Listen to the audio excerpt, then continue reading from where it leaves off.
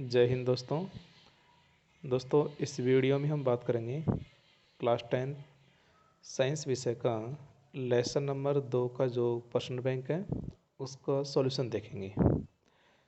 तो lesson number 2 के प्रश्न बैंक में पहला क्वेश्चन है, जिप्सम को कितने ताप पर गर्म करने से प्लास्टर ऑफ पेरिस बनता है। तो देखिए, आपको पता है जिप्सम का सूत्र क्या होता है। जिप्सम का सूत्र होता है कैल्शियम सल्फेट डॉट 2H2O, ठीक है। और जब हम इसे 373 केल्विन ताप पर गर्म करते हैं तो प्लास्टर ऑफ पेरिस बनता है CaSO4 डॉट 1/2H2O और साथ में 3/2H2O जल का अणु भी निकलता है। तो इसका राइट आंसर क्या हो जाएगा, ऑप्शन नंबर 1 हो जाएगा, ठीक है। इसका राइट आंसर क्या हो जाएगा, option number 1 minute.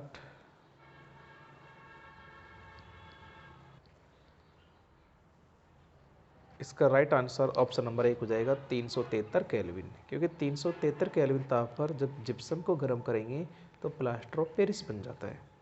Second question है, आशुद्ध जल के पीएच का मान होता है। देखिए, आशुद्ध जल होता क्या है, जो उदासीन जल होता है उसे ही आशुद्ध जल बोला जाता है। चाहे शुद्ध जल नाम से आई क्वेश्चन, चाहे नल के जल का पीएच मान पूछे, चाहे आशुद्ध जल का पूछे, चाहे उदासीन जल का पूछे और चाहे डिस्टिल वाटर का पूछे, इन सभी के पीएच का मान होता है 7। कितना होता है, 7 होता है। तो ऑप्शन नंबर 3 आपका राइट आंसर हो जाएगा। तीसरा क्वेश्चन है, उस पदार्थ का नाम बताइए जो क्लोरीन से क्रिया कर विरंजक चूर्ण बनाता है। यानी ये विरंजक चूर्ण जो होता है उसका सूत्र होता है CaOCl2। इसके निर्माण की विधि पूछ रहा है। तो आपको पता है, जब जो बुझा हुआ चूना होता है कैल्शियम हाइड्रोक्साइड, इसकी क्रिया Cl2 से करवाई जाती है तो हमारे पास बनता है CaOCl2 प्लस H2O। तो विरंजक चूर्ण का निर्माण किससे हो रहा है, CaOH का होल ट्वाइस कैल्शियम हाइड्रोक्साइड से हो रहा है, ठीक है। चौथा क्वेश्चन है, धावन सोडा जिसका रासायनिक नाम होता है सोडियम कार्बोनेट में क्रिस्टल जल के कितने अणु होते हैं। देखिए, धावन सोडे का सूत्र होता है Na2CO3 डॉट, यहाँ पे डॉट आएगा 10H2O। तो डॉट लगा के जो जल का अणु लिखा होता है ना, वही हमारा क्रिस्टल जल अणु होता है, ठीक है। तो सोडियम कार्बोनेट में कितने डॉट डॉट लगा के कितने जल के अणु है, 10। तो इसका राइट आंसर हो जाएगा हमारा 10। यानी इसमें कितने क्रिस्टल जल अणु होते हैं, 10 होते हैं। पांचवा क्वेश्चन है, अपच का उपचार करने के लिए निम्न में से किस औषधि का उपयोग होता है। तो देखिए, अपच का उपचार करने के लिए हम सामान्यतः यूज करते हैं एंटासिड, जिन्हें बोला जाता है प्रत्ययम। और सबसे ज़्यादा जो एंटासिड जो यूज में लिया जाता है वो लिया जाता है मिल्क ऑफ मैग्नीशिया। और मिल्क ऑफ मैग्नीशिया सूत्र होता है MgOH का होल ट्वाइस मैग्नीशियम हाइड्रोक्साइड, ये होता है मिल्क ऑफ मैग्नीशिया, ठीक है। आगे देखिए, नेक्स्ट क्वेश्चन है, दांतों के इनेमल का क्षय प्रारंभ हो जाता है मुंह का पीएच का मान। तो देखिए, इसका राइट आंसर है 5.5 से कम होने पर। देखो, यहाँ पर 3 तरह के क्वेश्चन बनते हैं। मैं आपको तीनों तरह के क्वेश्चन बता देता हूँ। 3 तरह के पीएच के क्वेश्चन हैं जो सामान्यतः बनता है। पहला क्वेश्चन तो इसके अंदर बनता है कि हमारे शरीर का जो पीएच होता है, पीएच परस वो कितना होता है। तो सामान्यतः हमारे शरीर का जो पीएच परस होता है वो 7.0 से 7.8 के बीच में होता है। पहला क्वेश्चन ये बनता है। दूसरा क्वेश्चन यहाँ पे ये बनता है कि जो वर्षा के जल का पीएच का मान है, इन जो वर्षा का जल का पीएच का मान कितने से कम हो जाए कि हम उसे अम्लीय वर्षा बोलेंगे। तो वर्षा के जल का पीएच का मान यदि 5.6 से कम हो जाए तो हम इसे फिर बोलेंगे अम्लीय वर्षा, ठीक है। और तीसरा क्वेश्चन ये आता है जो आपको दे रखा है स्क्रीन पे, कि दांतों के एनिमल का क्षय प्रारंभ हो जाता है 5.5 से कम होने पर, ठीक है। तो तीनों प्रश्नों को ध्यान रखिएगा,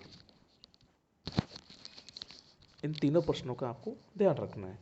आगे देखिए, 7वां क्वेश्चन है, लवण परिवार के सूत्र लिखिए, ठीक है। देखिए, इसमें आंसर इसी में दे रखा है। जैसे बेकिंग सोडा है तो इसका रासायनिक नाम होता है सोडियम हाइड्रोजन कार्बोनेट, सूत्र सामने लिखा है NaSO3, ये इसका सूत्र होता है, ठीक है। सेम डिक्टो ऐसे कैसे होता है।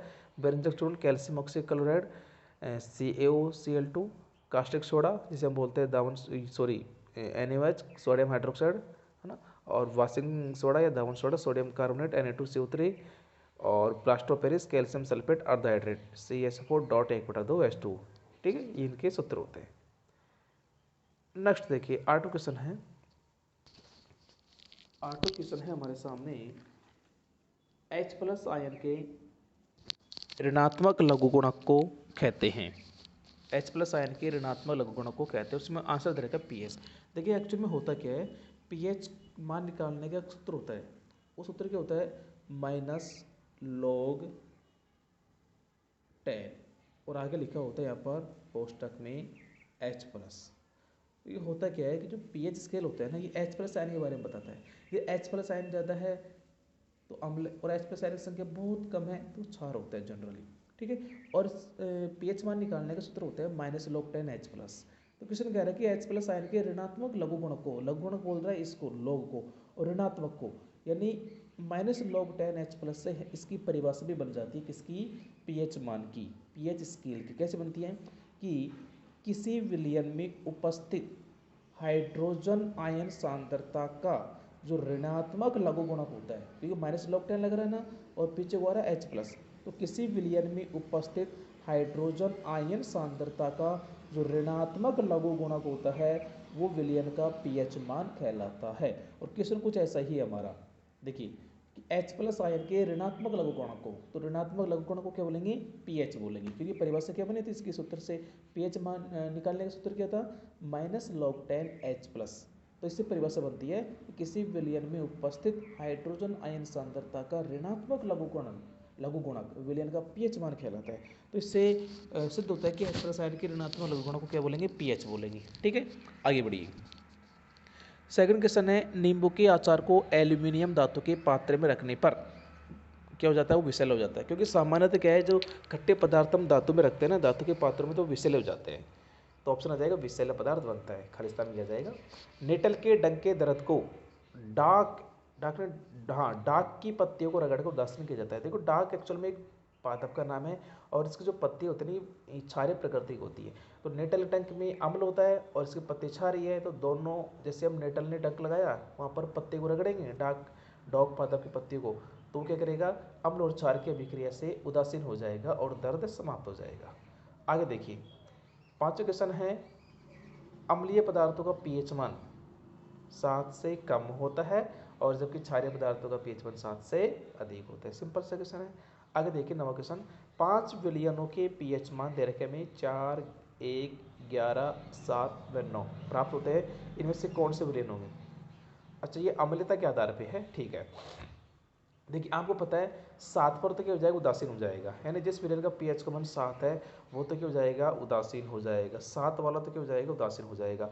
7 से कम क्या होंगे, अम्ल होंगे। लेकिन जितना कम होगा, यानी जो 0 के करीब होगा वो प्रबल अम्ल होगा। तो 7 से कम यहाँ पे 2 हैं, 4 और 1, दोनों में से कम कौन है, 1, तो 1 वाला हो जाएगा प्रबल अम्ल और 4 वाला हो जाएगा दुर्बल अम्ल।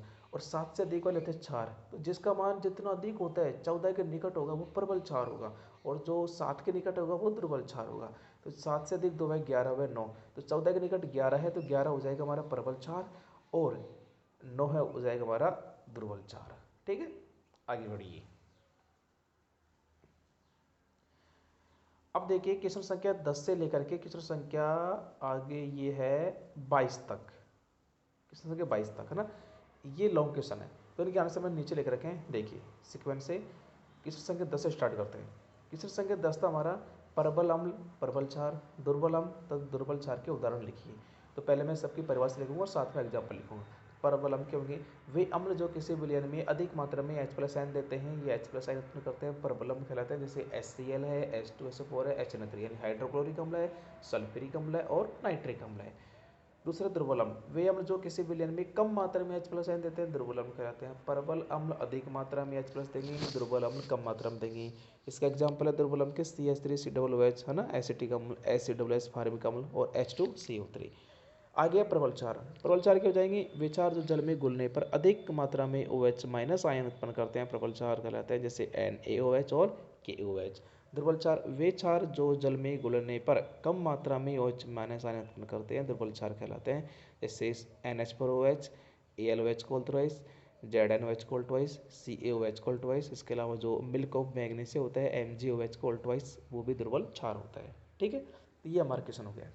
नेक्स्ट क्वेश्चन है, मिट्टी की अम्लता को दूर करने के लिए उपयोग किया जाता है। तो मिट्टी की अम्लता को दूर करने के लिए बिना बुझा हुआ चूना यानी कैल्शियम ऑक्साइड का इस्तेमाल किया जाता है। काफ़ी अच्छा क्वेश्चन है ये। अगला क्वेश्चन है, जल की स्थायी कठोरता को दूर करने में किसका उपयोग किया जाता है? धावन सोडा का किया जाता है, Na2CO10H2O, sodium carbonate Deka hydrate. अगला क्वेश्चन है, मूर्तियाँ व सजावटी सामान बनाने में किसका उपयोग किया जाता है? पीओपी यानी प्लास्टर ऑफ पेरिस का किया जाता है, जिसका सूत्र होता है कैल्शियम सल्फेट अर्धहाइड्रेट यानी CaSO4.1/H2O। चौदह क्वेश्चन है, पेयजल के शुद्धिकरण में किस रसायन का उपयोग किया जाता है? Cl2 यानी क्लोरीन गैस का इस्तेमाल किया जाता है। पीएच स्केल का निर्माण किसने किया था? परिभाषित कीजिए। तो पीएच स्केल का निर्माण किया था पीएल सोरेनसन नामक वैज्ञानिक ने किया था। और इसकी परिभाषा क्या है कि किसी विलयन में उपस्थित हाइड्रोजन आयन की सांद्रता ज्ञात करने के लिए एक स्केल विकसित किया गया है, जिसे पीएच स्केल कहते हैं।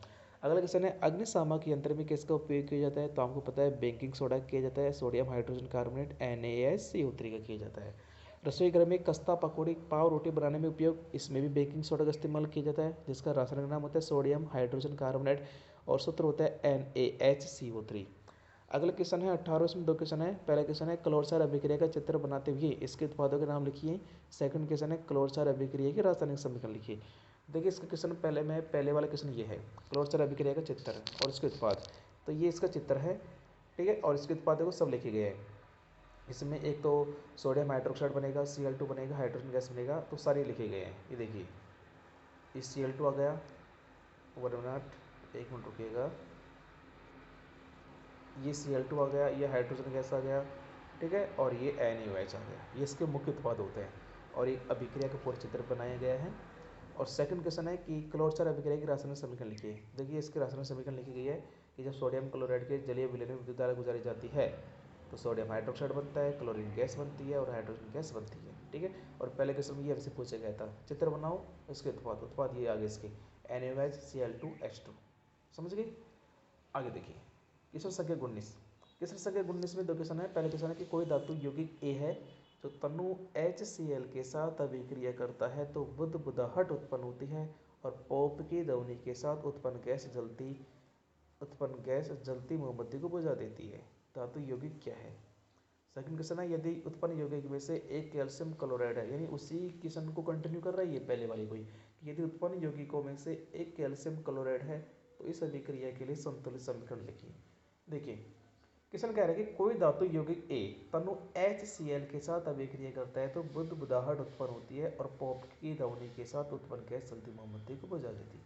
चूँकि हम जानते हैं कि किसी भी वस्तु को जलाने के लिए आवश्यक है ऑक्सीजन गैस और आग को बुझाने के लिए आवश्यक है CO2 गैस, इसका मतलब गैस तो कौन सी थी? CO2 थी। और देखो सेकंड क्वेश्चन में एक बात और बोल रहा है कि कैल्शियम क्लोराइड होता है एक यौगिक उत्पाद में से, तो इसका मतलब क्लोरीन जरूर, क्लोरीन तो आ गया HCl में क्योंकि ऊपर देखो HCl लिखा है, ठीक है, और उत्पाद में एक कैल्शियम क्लोराइड होगा, तो देखो कैल्शियम तो यहाँ पे आ गया, लेकिन देखो कैल्शियम वो क्लोराइड तो यहाँ पे आ गया, लेकिन यहाँ पे देखो कैल्शियम लिखा है, इसका मतलब अभिकारक में एक कैल्शियम वाला यौगिक भी होगा।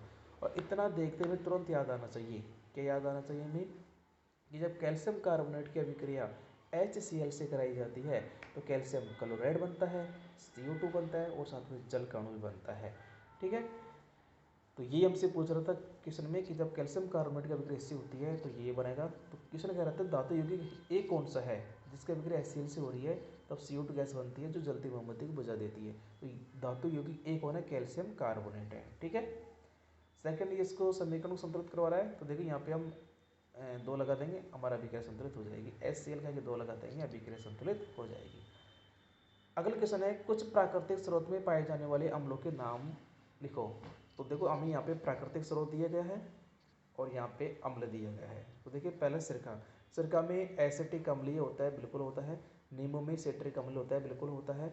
इमली या अंगूर में टार्ट्रिक अम्ल होता है, बिल्कुल होता है, ठीक है। आगे टमाटर, टमाटर में जलिक अम्ल होता है, बिल्कुल होता है। दही में लैक्टिक अम्ल होता है, बिल्कुल होता है। चींटी व नेटल के डंक में होता है मेथेनोइक अम्ल, बिल्कुल होता है। 22वां क्वेश्चन देखिए, सम्मिलित कीजिए। एक मिनट देखिए जरा, मैंने यहाँ पे क्या है थोड़े क्वेश्चन सीक्वेंस पे मिस्टेक किया है कि क्वेश्चन संख्या 20 वास्तव में क्या था, एक मिनट रखिएगा। जो क्वेश्चन संख्या 20 था ना, ये था दैनिक जीवन में पीएच का महत्व है, तो बीच में क्या स्किप हो गया था, छूट गया था ये। तो इसका क्वेश्चन मैंने लास्ट में लिख दिया है। और अभी जो मैंने आपको आंसर बताया ना, क्वेश्चन संख्या 21 का बताया है, ठीक है, प्राकृतिक स्रोत में पाई जाने वाली अम्लों के नाम। अब हम क्वेश्चन संख्या 22 की बात करेंगे और उसके बाद में क्वेश्चन संख्या 20 जो कि है कि दैनिक जीवन में पीएच के महत्व, उसके बारे में बात करेंगे। तो पहले 22वें क्वेश्चन के बारे में बात कर लेते हैं अपन। ये देखिए, अब 22वां क्वेश्चन कह रहा है कि हमें सम्मिलित कीजिए, समूह ए दिया गया है और समूह बी दिया गया है, ठीक है। समूह ए में प्रबल अम्ल दुर्बल क्षार, फार्मिक अम्ल दुर्बल अम्ल प्रबल क्षार, और सामने ऑप्शन दे रखे हैं समूह बी में CH3COOH यानी एसिटिक अम्ल, HCl MgOH और HCOOH और CH3COOH। देखिए पहला है प्रबल अम्ल, तो आपको पता है प्रबल अम्ल तो कौन हो जाएगा, HCl हो जाएगा। दुर्बल क्षार मैग्नीशियम हाइड्रोक्साइड दुर्बल क्षार होता है, अभी आपको बताया था इसका इस्तेमाल एंटासिड के रूप में करते हैं। तीसरा फार्मिक अम्ल, तो HCOOH की जगह फार्मिक अम्ल हो जाएगा, और CH3COOH की जगह दुर्बल अम्ल हो जाएगा। बच्चा कौन, प्रबल क्षार, लेकिन आपको पता है CH3COOH प्रबल क्षार नहीं है, दुर्बल क्षार है। तो ये क्वेश्चन में थोड़ी सी मिस्टेक थी, यहाँ पर उन्हें प्रबल क्षार देना था NaOH या KOH, लेकिन वो क्वेश्चन में बाई मिस्टेक ही लिखा गया है, तो कोई दिक्कत नहीं। वैसे देखो मैं आपको बता दूँ, एक मिनट, जो ये HCOOH होता है ना, फार्मिक अम्ल, ये वास्तव में दुर्बल अम्ल भी होता है। यानी यहाँ पर देखा जाए तो दुर्बल अम्ल के दो ऑप्शन हैं, CH3COOH भी दुर्बल अम्ल होता है, HCOOH दुर्बल अम्ल होता है, लेकिन इसने एक ऑप्शन डाल दिया फार्मिक अम्ल, यानी HCOOH तो इसके साथ चला जाएगा फार्मिक अम्ल के साथ, बचा कौन, CH3COOH, फिर वो क्या हो जाएगा, दुर्बल अम्ल हो जाएगा, ठीक है। अब जो क्वेश्चन संख्या 20 अपने बीच में रहता है दैनिक जीवन का पीएच का महत्व, उसके बारे में बात करते हैं। देखिए यह है दैनिक जीवन में पीएच का महत्व है। हमारे दैनिक जीवन में पीएच का अत्यंत महत्व है, जिनमें से कुछ उदाहरण निम्न है। जैसे पहला उदाहरण है कि हमारा शरीर 7.0 से 7.8 पीएच परास के बीच कार्य करता है। सेकंड क्वेश्चन है, वर्षा के जल का पीएच का मान जब 5.6 से कम हो जाता है तो वह वर्षा अम्लीय वर्षा कहलाती है। अम्लीय वर्षा का जल जब नदियों में जाकर मिलता है तो नदियों के जल का पीएच का मान कम हो जाता है, तो ऐसे नदियों में जलीय जीवधारियों की उत्तरजीविता कठिन हो जाती है, यानी जलीय जीवधारी मर जाते हैं पीएच का मान चेंज होने से। तीसरा महत्व है, अच्छी उपज के लिए पौधों को एक विशिष्ट पीएच परास की आवश्यकता होती है, अतः मिट्टी की पीएच का मान ज्ञात करके इसमें होने वाली उचित फसल का चयन किया जा सकता है, ठीक है। पीएच का मान पता करेंगे कि इस पीएच में कौन सी फसल होगी, उसी फसल का अपन चयन करते हैं। चौथा महत्व है, हमारा उदर यानी जो पेट है वो HCl उत्पन्न करता है, जो कि उदर को हानि पहुंचाए बिना भोजन के पाचन में सहायक होता है। अपच की स्थिति में उदर अत्यधिक मात्रा में HCl उत्पन्न करता है, जिस कारण उदर में दर्द एवं जलन का अनुभव होता है। किसी ने है ना, अपच की स्थिति में किसका इस्तेमाल करेंगे, ये अपच का मतलब है HCl का अधिक निकलना, और जब अम्ल अधिक निकल रहा है तो उसके प्रभाव कौन खत्म करेगा, क्षार खत्म करेगा। और क्षार कौन सा इस्तेमाल करता है, मिल्क ऑफ मैग्नीशियम MgOH का होल ट्वाइस। नीचे साफ साफ लिखा है, इस दर्द से छुटकारा पाने के लिए एंटासिड जैसे दुर्बल क्षारकों का उपयोग किया जाता है। इसके लिए MgOH का ऑल्टवाइस यानी मिल्क ऑफ मैग्नीशिया का उपयोग किया जाता है। पांचों महत्व है, मुंह की पीएच का मान 5.5 से कम होने पर दांतों का क्षय प्रारंभ हो जाता है। क्षारकीय दंत मंजन का उपयोग करने से अम्ल की अधिक मात्रा को उदासीन किया जा सकता है, जिसके परिणाम स्वरूप दंत क्षय को रोका जा सकता है। यहाँ पे एक मैंने एक लाइन लगा के, एरो लगा के लाइन लिखी है कि दांतों का इनेमल, जैसे हम दंत वल्क भी कहते हैं, कैल्शियम फॉस्फेट से बना होता है, जो कि शरीर का सबसे कठोर पदार्थ होता है। ये जल में नहीं घुलता है, लेकिन मुंह की पीएच का मान 5.5 से कम होने पर संचरित हो जाता है और दांतों का क्षय प्रारंभ हो जाता है, ठीक है। अगला महत्व है कि मधुमक्खी जब हमारी त्वचा पर डंक मारती है तो मैथेनोइक अम्ल छोड़ देती है, जिसके कारण हमें दर्द एवं जलन का अनुभव होता है। डंक मारे गए अंग में बेकिंग सोडा जैसे दुर्बल क्षारक के उपयोग से आराम मिलता है। एक नोट लिखा मैंने, शुक्र ग्रह का वायुमंडल सल्फ्यूरिक अम्ल के मोटे सफेद एवं पीले बादलों से बना है। तो ये है पीएच के महत्व अपने दैनिक जीवन में। और ये कंप्लीट होता है आपका लेसन नंबर 2 का जो प्रश्न बैंक था वो कंप्लीट हो गया है, ठीक है। आगे लेसन नंबर 3 का प्रश्न बैंक आएगा या नहीं आएगा, ये आपके ऊपर डिपेंड करता है, क्योंकि पिछले वाले वीडियो में कोई ज़्यादा व्यूज नहीं आए हैं, तो मैं चाहता हूँ कि दोनों वीडियो में कम से कम 300 से 400 के बीच में व्यूज आने ज़रूरी है, तो ही है ना आगे चैप्टर के प्रश्न बैंक लाऊंगा, अदरवाइज मैं इस सीरीज़ को स्टॉप करूँगा। तो आपको अभी जिम्मेदारी आपकी है। लेसन नंबर 1 लेसन नंबर 2 के जो पर्सनल बैंक का जो वीडियो तैयार किया है, जो आपके पास अवेलेबल है, इनको अधिकतम शेयर कीजिए, लाइक कीजिए और कमेंट भी कीजिए कि आपको कैसा लग रहा है, कैसा नहीं लग रहा है, ठीक है। यदि 300 से 400 के बीच व्यूज आते हैं तो मैं इस सीरीज को कंटिन्यू रखूँगा, अदरवाइज मैं इसको स्टॉप कर दूँगा। क्योंकि आपको पता है कितनी मेहनत लगती है, किसी को लिखना पड़ता है, उनके आंसर लिखना पड़ता है, वीडियो बनाना पड़ता है, उसको अपलोड करना पड़ता है, ठीक है, थंबनेल बनाना पड़ता है, काफ़ी टाइम लगता है इन चीज़ों में। और आपको तो क्या पढ़ना ही तो है, आपको देखना ही तो है, शेयर ही तो करना है, ठीक, वो काम भी आप लोग नहीं कर रहे। तो ध्यान रखना, वीडियो को लाइक करना है, शेयर करना है, ये जिम्मेदारी आपकी है। जितना अधिकतम शेयर करेंगे उतना आपको बेनिफिट होगा, क्योंकि अधिकतम शेयर करेंगे अधिकतम व्यूज आएंगे तो हमारे भी हौसला बढ़ता है वीडियो बनाने का, ठीक है। और भी आगे वीडियो पाएंगे यदि आप लोग वीडियो को शेयर करते हैं। अब ये जिम्मेदारी आपकी बनती है। अभी कुछ ही देर में आपको पेपर स्ट्रेटजी का एक वीडियो भी मिलेगा कि मैं पेपर को कैसे अटैम्प्ट करना है कैसे नहीं, वो चीज़ें भी आपको बताएंगे, ठीक है। Thank you.